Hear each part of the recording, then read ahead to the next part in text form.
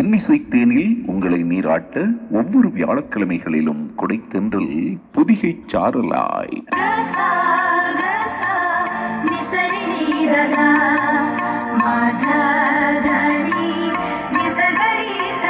மீண்டும் எதிர்வரும் ஞாயிற்றுக்கிழமை இரவு 9 மணிக்கு கொடைத்தென்றல் முத்துச்சரம் நிகழ்ச்சியில் அன்பு உள்ளங்கள் அனைவரையும் சந்திக்கும் வரை அனைவருக்கும் அன்பு வணக்கம். நலம் வாழ என் நாடும் என் வாழ்த்துக்கள், தமிழ் கூறும் பல்லாண்டு என் வார்த்தைகள்.